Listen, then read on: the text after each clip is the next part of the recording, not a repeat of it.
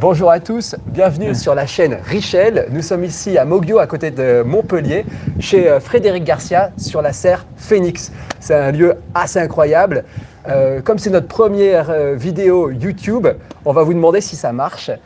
Test de micro. Oui, bonjour. Donc, effectivement, nous allons faire un test de micro.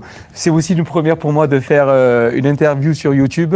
Et je suis heureux de présenter ma nouvelle serre Phoenix avec Brice Richel à mes côtés et à toute l'entreprise Richel. Merci Frédéric de nous accueillir. Ce que je vous propose, c'est qu'on rentre directement dans cette serre. C'est une serre de 1,5 hectare, 15 000 m². Vous allez voir culture de tomates, tomates anciennes, cœur de bœuf et aussi tomates cerises délicieuses. Et Frédéric va nous présenter. Avec plaisir. Allez, j'ouvre la porte et vous avez qu'à rentrer. Vous êtes les bienvenus.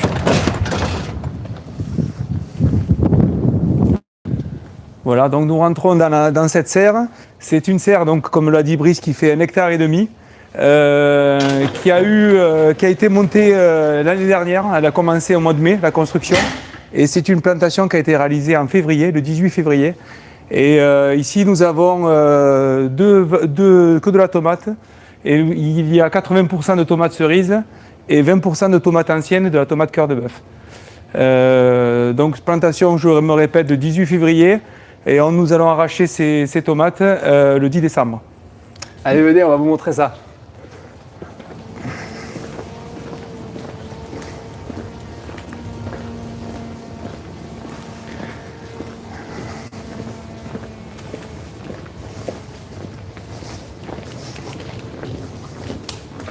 Je te foxe.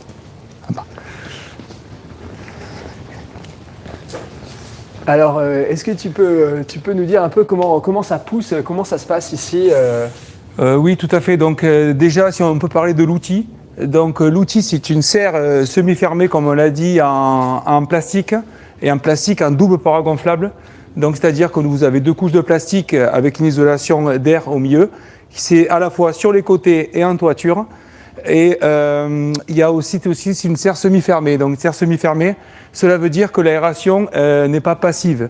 Elle ne se fait pas par l'ouverture du toit et l'air chaud ne sort pas par gravité. Le climat qu'on ressent aujourd'hui dans cette serre est fabriqué dans un corridor qui se trouve en fond de serre. Et c'est dans ce corridor qu'on fabrique la qualité de l'air qui rentre dans la serre, via des ventilateurs et un système d'échange entre l'air extérieur et l'air de la serre qui fait faire le bon mixage pour avoir le bon climat dans la serre. Donc actuellement, là où nous sommes en pression positive et il n'y a que quelques aérations qui sont en train de s'ouvrir actuellement. On a 3 aérations dans la serre, toutes petites, qui permettent d'évacuer le surplus de pression et le surplus de chaleur. Donc c'est carrément différent qu'une serre classique. Là, on est quand même début novembre.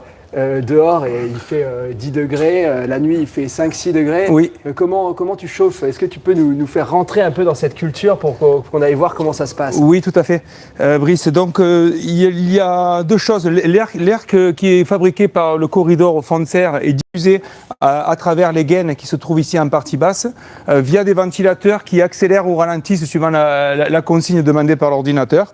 Donc l'air se diffuse ici, il crée l'ambiance climatique qu'on a dans la serre. Et après au niveau chauffage, contrario à des serres plutôt type verre où on chauffe sur du rail, ici avec des températures d'eau qui peuvent atteindre 80 ou 90 degrés pour chauffer la serre, ces rails-là ne servent que de guidage. Il n'y a aucune eau chaude qui circule à l'intérieur. Nous chauffons uniquement avec un chauffage basse température qui se trouve ici, à proximité de la végétation. Donc on a des boucles, donc on a 3 allers-retours ici, et c'est de l'eau qu'on chauffe entre 45 et 50 degrés. Et l'avantage qu'il y a, c'est qu'on utilise de l'eau à moins haute température, et on vient à chauffer à proximité de la végétation et par rayonnement, ce que la tomate préfère. Et on vient aussi assécher cette zone pour éviter tout problème de fongicide, de pourriture et autres. Et on peut se permettre, dans une serre semi-fermée plastique, d'utiliser ce type de chauffage parce que nous y gagnons en isolation par rapport à une serre verre. Donc on a besoin de beaucoup moins d'énergie qu'une serre verre. Et donc grâce à cette économie d'énergie, on peut utiliser ce mode de chauffage. Alors, tu l'as dit, il n'y a presque pas de ventilation, il n'y a pas d'ouvrant sur cette serre. Oui. Comment tu la refroidis l'été? puisque là, cette plante, tu l'as plantée début février. Oui. Il y a l'alarme qui se met en route. Oui. Tout est biologique ici. Ouais. Hein. L'alarme anti-intrus, c'est un chien. Fox, viens. Les aléas du direct. C'est ça. Voilà. C'est sans trucage. Donc, comment tu refroidis cette serre? Du coup, pour refroidir cette serre, tout se passe aussi dans le hall climatique du fond. Bon, excusez-moi, attendez. Alors, moi, je prends le relais. Fox, viens. Allez, viens. Donc, en fait, à ce niveau-là, on a des gaines sous les plantes. Hein, donc, ces gaines, il y a des ventilateurs qui sont au bout des rangs, qui prennent l'air extérieur, qui le passent à travers une paroi humide, donc un carton, tout simplement. Par évaporation de l'eau, l'air est refroidi et nous avons l'air qui arrive ici frais. Alors là, aujourd'hui, on est en novembre. Évidemment, le pad ne fonctionne pas. On est plutôt en recirculation où on a un mix air extérieur, air intérieur. Et en tout cas, c'est à partir d'ici qu'on va créer le climat dans la serre. On va le créer de manière verticale, du bas vers le haut. Oui, je peux me permettre, je reviens. Je m'excuse pour ce dérangement. Oui, voilà, donc du coup, Brice, tu as bien résumé le principe. Exactement, c'est ça, on passe à travers une cloison humide qu'on appelle un pad et qui permet de refroidir la serre en été. Donc du coup, pour moi, c'est ma première année et on a eu un été assez chaud. On a eu le maximum de différence de température jusqu'à 14 degrés. Après le 15 août, on a eu 41 à l'extérieur et 29 dans la serre. Et ça fonctionnait très bien, on avait de l'air chaud et sec. Du coup, grâce à ce pad, on a pu ne jamais dépasser les 30 degrés dans la serre. Donc l'avantage de cette serre, on peut garder un climat correct en été.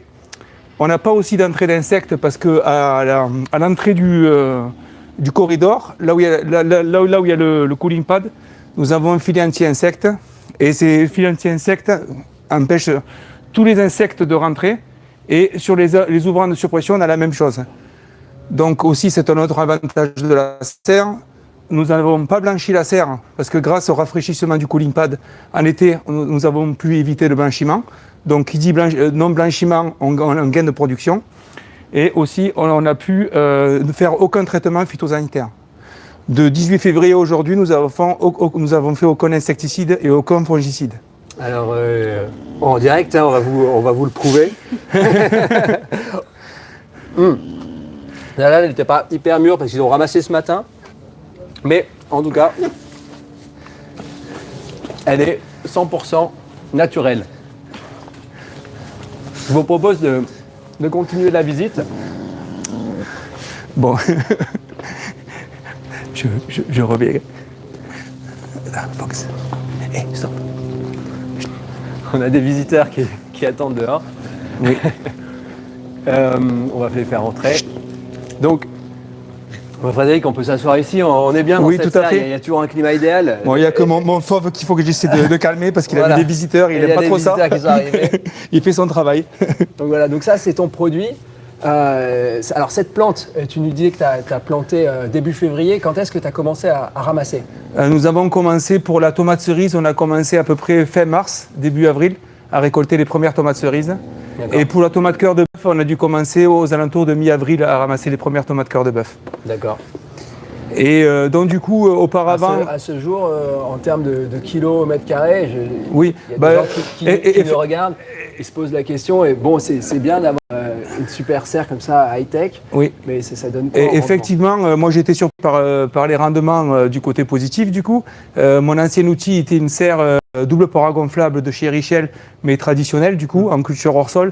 Donc j'avais fait un juste milieu entre mes anciens rendements et les rendements d'une serre semi-fermée en verre. Et il se trouve que dès qu'on a commencé à produire, 2 semaines après la production, nous avons eu les rendements qui ont été incroyables. Et jusqu'à l'heure d'aujourd'hui, nous avons encore de très bons rendements. Aujourd'hui, on est sur un rendement cumulé, donc du coup sur plantation 18 février en tomates cerises. On est sur du 36 kg au mètre carré aujourd'hui en tomates cerises. On va terminer, comme je vous ai dit en début d'interview, le 10 décembre. Et au 10 décembre, nous allons arriver normalement, la charge et en fruits en tout cas est là, nous allons arriver à 40 kg au mètre carré en tomates cerises. Donc sur un cycle, Normalement, un cycle normal, tu devrais planter quand? Alors, ça c'est une bonne question. Un cycle normal dans une serre semi-fermée plastique, donc du coup c'est une première cette serre-là. On va dire sur du verre, ils sont plutôt sur des plantations novembre et sur des fins de récolte à fin octobre du coup. Mais nous on a planté 18 février parce que nous étions en chantier, on a pris un mois de retard avec le chantier. En 2026 on plante à mi-janvier du coup. Donc nous allons gagner un mois de production. D'accord.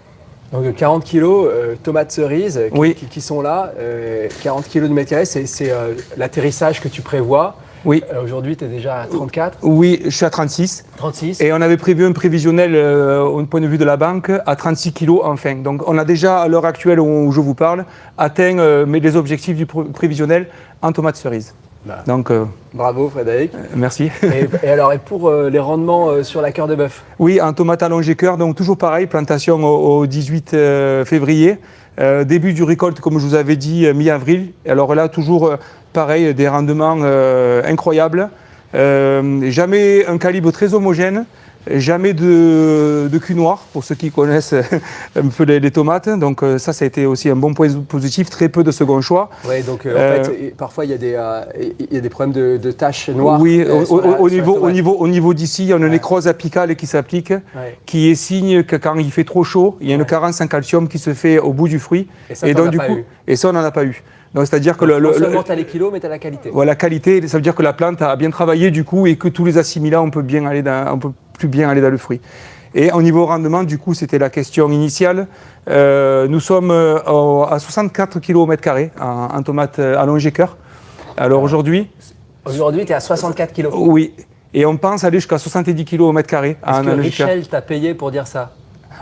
Très cher. Non, pas du tout. On avait misé sur le prévisionnel à 56 kg au mètre carré. Et donc là, on a explosé le record en allongé cœur. Elle a eu un très bon comportement au début, parce que c'est en début de plantation, on a toujours du mal à la contrôler, l'allongé cœur. Et d'entrée de jeu, on a réussi à la dominer, on va dire. Et depuis, elle est très très régulière. Donc, on devrait arriver en fin de saison aux alentours de 70 kg au mètre carré en allongé cœur, ce qui est exceptionnel. Alors, c'est quoi le secret de cette réussite? Alors, le secret de cette réussite, l'outil déjà. L'outil y est pour énormément, parce que j'ai bien vu la différence. Ma technicité était la même avec mon ancien outil et cet outil-là. J'ai fait 4 ans d'interruption entre 2 entreprises, donc je n'ai pas évolué techniquement. Donc, c'est vraiment dû à l'outil. L'outil qui permet d'écréter tous les pics de chaleur. Donc la plante, elle n'a jamais souffert, a toujours été en confort, a toujours eu une croissance très dynamique. De l'étanchéité de la serre, donc du coup ici on fait un apport en CO2. Et vu que la serre est très étanche et qu'elle est semi-fermée, du coup on garde le renouvellement d'air est moins important qu'une serre classique, donc du coup on peut se permettre de travailler avec des taux de CO2 un peu plus élevés. Et après, la diffusion de la lumière en plein été. La serre plastique est très bien appropriée aux grosses luminosités et aux grosses chaleurs, car l'effet double paroi aussi est un effet isolant et un effet qui aussi éclate le rayon, diffuse la lumière, et ce qui permet à la plante d'être toujours en confort. Nous, quand on travaillait donc en culture, on travaille à plusieurs niveaux. Il y en a des personnes qui travaillent sur le bas de la culture et d'autres personnes sur le haut de la culture. Et même en haut de culture, en plein été, on n'a jamais eu à souffrir de chaleur importante sur le haut de serre. Avant, dans les magasins de serre, c'était étouffant le climat haut. Donc on voit bien qu'il y a eu toujours un climat favorable. À quelle hauteur est le support de culture? Alors la serre, c'est une 6 mètres sous chenot, du coup. La culture, le fil de fer est accroché à 5 mètres. Et après, on tient la tête à peu près 1 mètre en dessous. Donc on va dire que le lot de tête se trouve à 4 mètres et à 2 mètres décroché dessus du plastique. Oui. Et alors, ces grosses gaines là, ça te gêne pas? Les gouttières de culture sont pas trop hautes? Non. Du coup, on a adapté notre environnement de travail notre ergonomie pour travailler. Nous faisons la récolte avec des chariots d'effeuillage qu'on a adaptés en chariot de récolte. Et pour effeuiller, on se sert avec ces chariots d'effeuillage. Donc tu as plus mécanisé la Voilà, on a plus production. mécanisé, tout à fait. On n'a aucune personne qui circule à pied dans le rang. Et ces chariots-là ont des niveaux qui varient, on va dire, de 20 cm jusqu'à 80 cm. Donc ça permet de compenser la hauteur de gouttière. Alors, on se dit, tu produis plus, mais il faut dépenser plus quand même, il y a plus d'investissement à la base. Oui. Et est-ce que tu peux nous dire, par rapport à une serre classique, l'investissement Oui, à peu près, je peux vous dire, déjà au niveau raisonnement, c'est une serre où on a un raisonnement carrément différent qu'une serre classique. Des copains producteurs qui sont... pour ne pas les citer, c'est dans les frères Clément, qui sont aussi très professionnels, qui sont très professionnels dans ce milieu-là.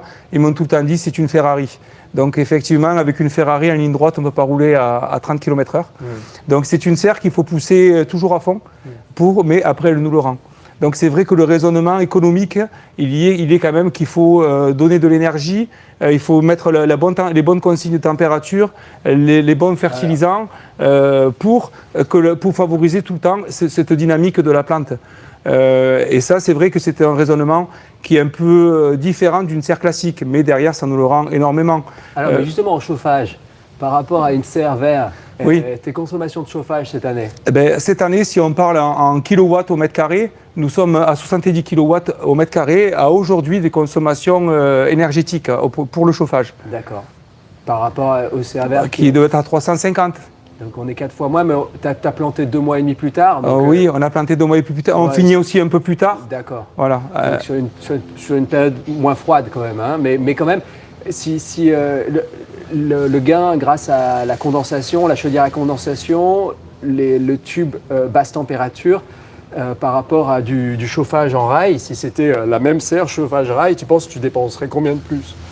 Moi, je penserais, je dirais 30% de plus. D'accord. Mais après, c'est qu'une supposition. Mais à vue d'œil, je pense qu'on consommerait 30% de plus. Alors, les ventilateurs là, qui tournent toute la journée pour nous apporter de l'air sous la gaine, eux, ça consomme l'électricité.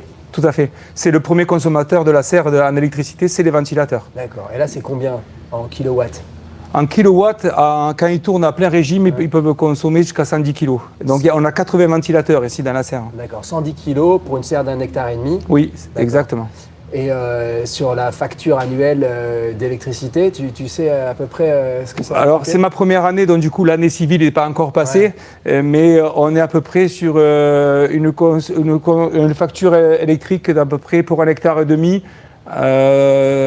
entre 4500 entre 4 et 4 500 euros par mois sur les mois les plus hauts. Maintenant, nous allons être plus sur 2500, 3000. Et là, tu prends compte ta botte justement, secrète. là, c'est ça ma botte secrète du coup. Hein. C'était la consommation, ça ma botte secrète. Est-ce que Carla qui est derrière la caméra, qu'on remercie, merci Carla de rendre ce tournage possible. Est-ce que tu peux filmer là ce qui est au-dessus de nous?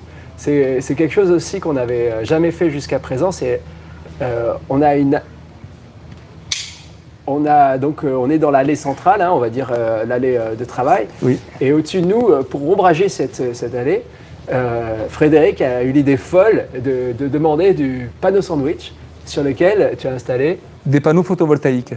Voilà. Donc du coup, dans la configuration de serre, on a mis l'allée latérale sur le côté nord pour éviter toute ombre portée sur la culture. Et ici, il y a 2 serres. Il y a une serre à toit plat où on a posé du panneau sandwich. Dessus, on a du panneau photovoltaïque. Et après, on a la serre de production derrière. Donc, il y a vraiment une jonction entre les 2 serres. Et cette adduction de panneaux photovoltaïques, aujourd'hui, qui n'est pas complète, on a 20 chapelles.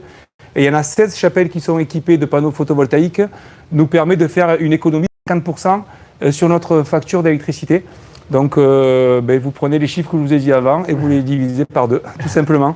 Super. Donc, et en plus, il y a quelque chose qui est très intéressant, c'est que plus il y a d'ensoleillement, plus il y a d'air chaud évacué, plus les vitesses de ventilateur accélèrent.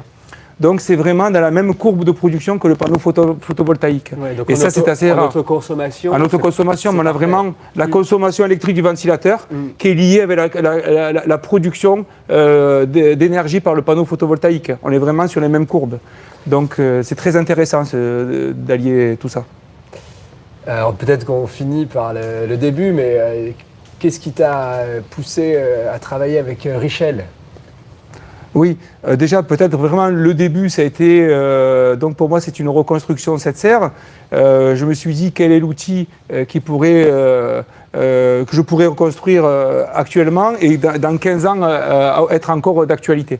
Donc là, je me suis vite tourné vers la serre semi-fermée qui permet, comme on a dit tout à l'heure, d'écrêter tous les pics de température et d'éviter tout traitement. Donc c'était mon choix. Et après, au début, pour des raisons économiques, et aussi parce que je connaissais le plastique et que j'ai pu monter cette serre moi-même avec mon équipe, je me suis dirigé vers la serre plastique. Donc déjà ça c'était un choix et donc du coup là on a eu de grosses discussions avec Richel et le bureau d'études pour mettre au point cette serre. Et aujourd'hui on a fait un prototype qui fonctionne très bien. Je dirais qu'on a fait un coup de maître du premier coup et j'en remercie infiniment toutes les équipes Richel, tous les collaborateurs qu'il y a eu, autant sur de l'irrigation, sur le chauffage de Richel, que Agrithermie aussi qui a fait des études, les frères Clément aussi qui ont mené aussi leur savoir-faire pour peaufiner des détails.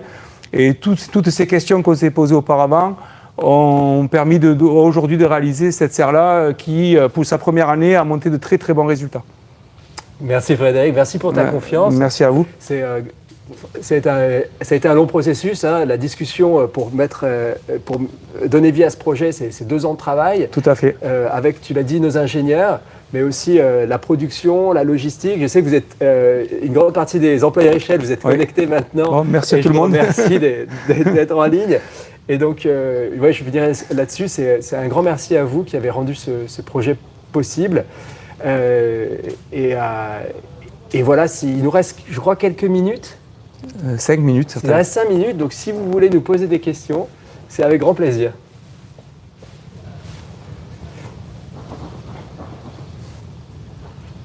Je peux avoir une question. Je pense qu'on les voit en direct.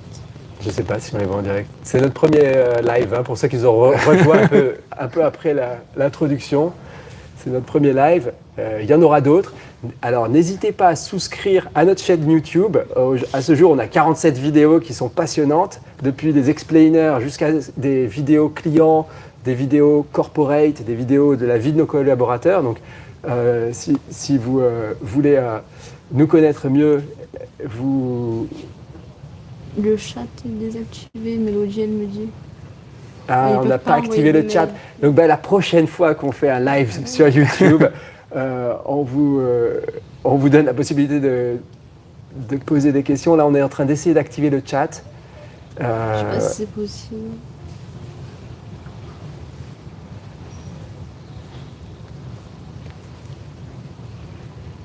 En tout cas, je voudrais dire aussi un grand merci à tous ceux qui se sont donnés vraiment à fond sur ce projet. Tu as cité les frères Clément.